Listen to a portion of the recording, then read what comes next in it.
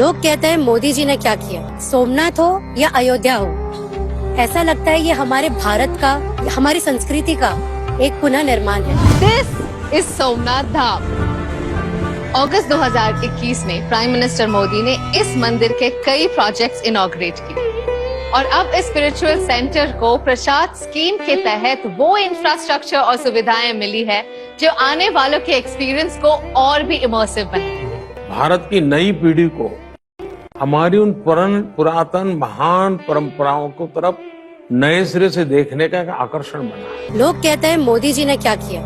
70 साल पहले सरदार भाई पटेल का जो सपना था सोमनाथ को लेकर, उसको पूरा किया।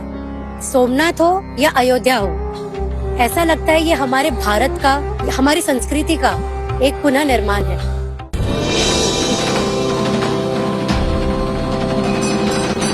हर साल लगभग 1.5 करोड़ श्रद्धालु यहाँ शिव दर्शन के लिए आते हैं, लेकिन इतने लोगों को संभालने के लिए यहाँ का इंफ्रास्ट्रक्चर पर्याप्त नहीं था। A lot of congestion made the pilgrimage a daunting task.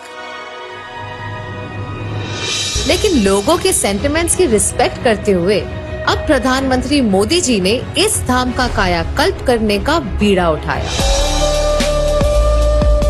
अब यहाँ है ड्रिंकिंग वाटर और सैनिटाइजेशन फैसिलिटीज, चौड़े रास्ते, एल्डरलीज के लिए इलेक्ट्रिक व्हीकल, कैंपस में है खाने पीने की व्यवस्था और भी बहुत कुछ।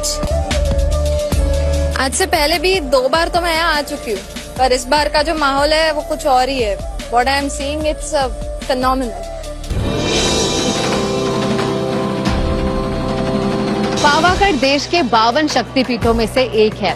प्राइम मिनिस्टर मोदी ने इस मंदिर को संवारा और 500 साल बाद यहाँ फिर से ध्वजा लहराई।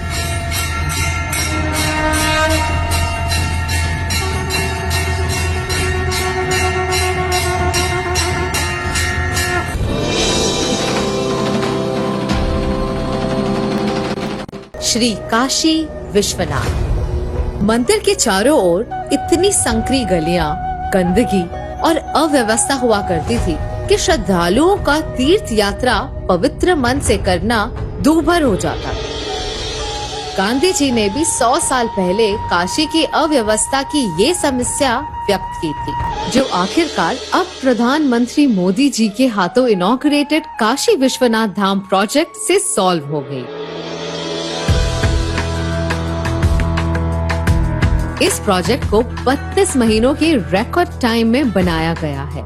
प्रधानमंत्री मोदी जी के विजन के तहत काशी का ऐसा कायाकल्प हुआ कि इसे मिला वो ग्रैंड अवतार जिसका काशी विश्वनाथ धाम हमेशा से हकदार था। इतने सालों तक रामलला के लिए यहाँ कोई मुख्य मंदिर नहीं था, पर अब ये स्थिति जल्द ही बदलने वाली है। अयोध्या में बन रहे इस ग्रैंड मंदिर का सिर्फ एक ही मकसद है, हमारे प्रभु श्री राम को उन्हीं के जन्म स्थान में उचित सम्मान देना। 5 अगस्त 2020 को प्राइम मिनिस्टर मोदी जी ने यहाँ पर भूमि पूजन करके इस पावन कार्य की शुरुआत की।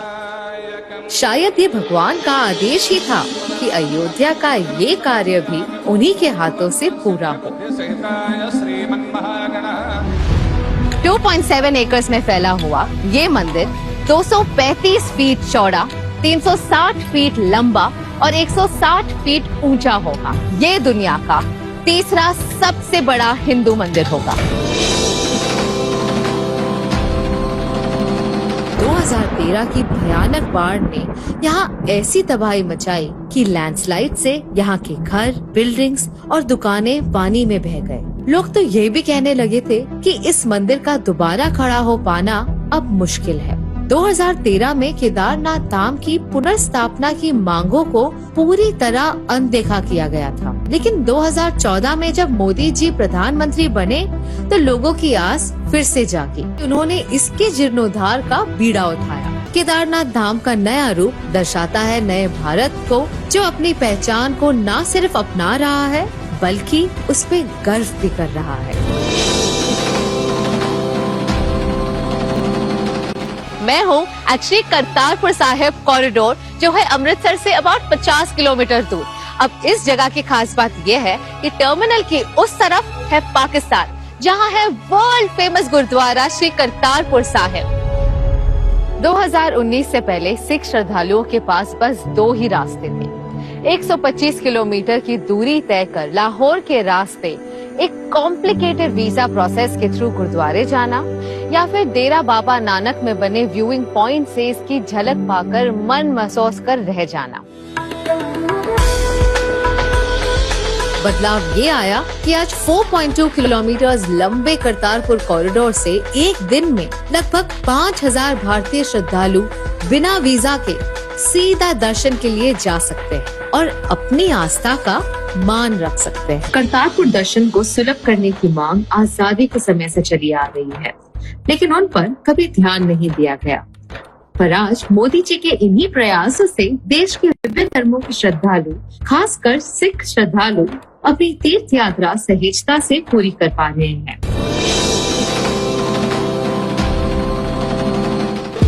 क्या आपको पता था कि इंडिया की कई सारी मूर्तियां और एंटीक्स दूसरे देशों में इलीगली स्मगल होती आई हैं? 2014 से लेके अब तक हम 229 मूर्तियां भारत वापस ला चुके हैं। ये सिर्फ इसीलिए मुमकिन हो पाया क्योंकि प्राइम मिनिस्टर मोदी जी हमेशा से ही इंडियन कल्चरल हेरिटेज को जीवित रखना चाहते हैं। आज जो कुछ भी काम हो रहा है उसमें धार्मिक गतिविधि के लिए सरकारी खजाना उपयोग नहीं जा रहा है, व्यवस्थाओं के लिए किया जा रहा है, ताकि मेरे देश के नागरिक का जो हक है, जो सुविधा पाने का उसका अधिकार है, उसको अधिकार मिलना चाहिए।